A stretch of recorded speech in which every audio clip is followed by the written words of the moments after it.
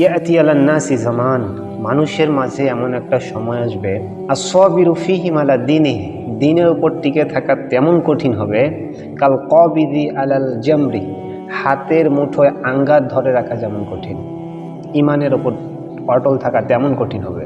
তাহলে এই কঠিন অবস্থার মধ্যে কিন্তু আমরা পড়ে গেছি, সকালে ইমান আছে তো বিকালে নেই, এমন একটা অবস্থা। আপনি আপনার আশপাশে দেখবেন, আমাদেরকে নিজেদেরকেও নিয়ে এটা ভয় হয় যে আমরা তো এখন একটু ভালো কাজ করতেছি, কখন জানি আবার পথভ্রষ্ট হয়ে যাই। আপনি আপনার চারপাশে দেখবেন, সব সময় দেখবেন যে কিছু ছেলেপেলে আছে, কিছু মানুষ আছে, এই একটু ইমানের পথে আসলো, ভালো সৎ কাজ করতেছে, কিছুদিন পর আবার খারাপ হয়ে গেছে। হয় না এরকম? প্রত্যেকটা সমাজে এরকমটা হরহামেশাই দেখা যায়। আজকে দুইটা স্ট্র্যাটেজি বলবো, এই দুইটা স্ট্র্যাটেজি যদি আপনি ফলো করেন তাহলে ইনশাআল্লাহ, আমি আমার জীবনে ফলো করছি, আশা করি এই দুইটা স্ট্র্যাটেজি যদি আপনি অটলভাবে ধরে রাখতে পারেন তাহলে ইনশাআল্লাহ আপনি ইমানের ওপর অটল থাকতে পারবেন, আপনার সহজ হবে। 1 নাম্বার, জেকের। সবসময় জেকের করতে হবে। আমাদের ধরেন যে 5 ওয়াক্ত নামাজ পড়ি, একটা লং ডিস্টেন্স কিন্তু থাকে, ফজর পড়ছি, জোহর, লং ডিস্টেন্স। তো এর মাঝখানে কিন্তু শয়তান আমাদের নানা প্রকার অসুস্থতা দিতে পারে। তো তখন যদি আমরা জিকিরে সবসময় ব্যস্ত থাকি তাহলে কিন্তু এটা আমাদের জন্য সহজ হবে ইমানের ওপর তাগা। কীরকম? নবী সাল্লাল্লাহু আলাইহি ওয়াসাল্লাম যেটা বলছেন, মাসালুল লাযী ইয়াযকুরু রাব্বাহু ওয়াল্লাযী লা ইয়াযকুরু রাব্বাহু মাসালুল হাইয়্যি ওয়াল মাইয়্যিত। যারা জিকির করে এবং যারা করে না তাদের উদাহরণ হচ্ছে জীবিত মৃতর ন্যায়।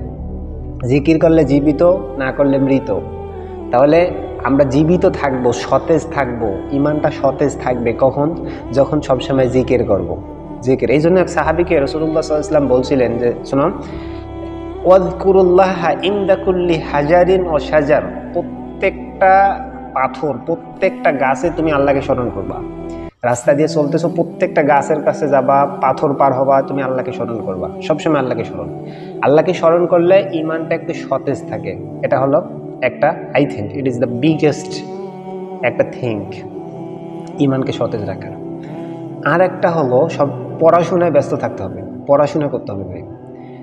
আপনি যদি দেখেন যে সবসময় পড়াশোনার মধ্যে থাকেন তাহলে কিন্তু আপনি যখন আল্লাহ সম্পর্কে জানতেছেন, ইসলাম সম্পর্কে জানতেছেন, নবী সাল্লাল্লাহু আলাইহি ওয়াসাল্লাম সম্পর্কে পড়তেছেন, অটোমেটিক একটা ইমোশন কাজ করবে যেটা আপনাকে দিনের উপর অটল থাকতে সাহায্য করবে। আর একটা বিষয় এখানে হচ্ছে, সেটা হলো যে আমরা একটু পড়ে কি করি, যারা নতুন দিনে ফিরে, একটু পড়ার পর দেখা যায় কিছু বিষয়ে আল্লাহ তাআলা ফ্লেক্সিবিলিটি দিছে ইসলামে, নরম, ঠিক আছে, এটা নরম হলেও চলবে, কিন্তু আমরা সেটাকে কমপ্লিকেট করি, খুব জটিল করার চেষ্টা করি। এটা খুব খারাপ বিষয় যে একটু পড়ার পর নিজেকে খুব বড় জ্ঞানী মনে হয়, তারপর আমরা কি করি, কমপ্লিকেট করি, সবসময় মানে খুব জটিল করার চেষ্টা করি। এটা করা যাবে না। নরম হয়ে থাকতে হবে, নিজের ইমান নিয়ে শঙ্কিত থাকতে হবে, সবসময় জিকির আজকার করেন, পড়াশোনায় ব্যস্ত থাকেন। ইনশাআল্লাহ এই দুইটা স্ট্র্যাটেজি ফলো করেন, ইনশাআল্লাহ আশা করা যায় ইমানের উপর অটল থাকা সহজ হবে ইনশাআল্লাহ। আল্লাহ তৌফিক দান করুক আমাকে, আপনাকে। আমিন।